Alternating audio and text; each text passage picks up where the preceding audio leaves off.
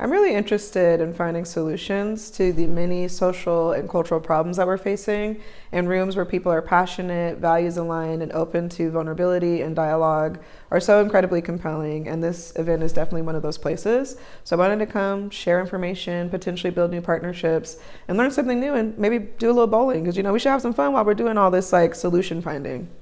I'm building a new path towards trust and reducing isolation in organizations and communities. I've focused on leadership development and behavior change work. I've scaled communication tools and leadership frameworks that use neuroscience, inclusion principles, and narrative techniques to reduce bias and improve values-aligned thinking. So I'm really excited about helping people to move away from fear, move away from our criticisms and our judgments as the primary way of the way that we make decisions and build our organizations and our teams, and really using our values as a guide for how we do those things, which isn't necessarily groundbreaking, but hasn't really been scaled or a center point of how most of our organizations function. So this feels bigger than me, feels bigger than the ancestry I come from, where I've faced a lot of inequality and marginalization. It's really how do we create something new and not replicate the past harms that have been created.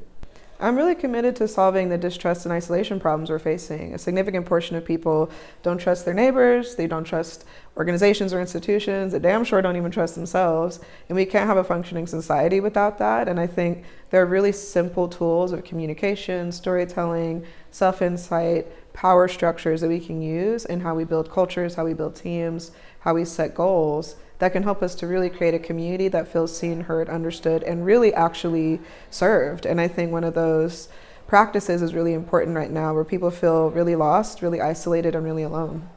A truly aligned partnership is first based on shared values. Do we see some similar ways of moving through the world and the things we want to build in it? It also is reciprocal. Are we both bringing something to the table with generosity and curiosity that can benefit each other and not necessarily just being transactional or being takers? We live in a very exploitive society that teaches transaction and exploitation. So individuals who look at partnerships as abundant and generous first are the kinds of people that I want to collaborate with and work with.